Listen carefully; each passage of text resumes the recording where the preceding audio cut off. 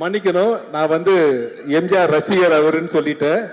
அவர்கிட்ட இருந்து கர்லா கட்டையை வந்து வாங்கினவர் இவர் தான். ஆனா இந்த கர்லா கட்டையை கொடுத்தது எங்கிட்ட தான். அவர் வந்து எப்படி ஒருத்தர் துப்பாக்கி கொடுத்துட்டு போனாரோ அதே போல இவர் கர்லா கட்டையை கொடுத்திருக்காரு. சார் அது இப்ப அவுட் ஆஃப் போர்ஷன் சார். அது கர்லா கட்டை வாங்கின கதை. நான் வாத்தியார பார்க்க தோட்டத்துக்கு போனேன். போனோன்னே உங்களுக்கு என்ன வேணும் அப்படின்னு கேட்டார். அண்ணா ஒன்றும் வேண்டாண்ணே, எப்போ வேணாலும் உங்களை வரேன், பார்க்குறேன், போகிறேன், அது போதும்ண்ணே. இல்லை ஏதாச்சும் கேளுங்க அப்படின்னாரு.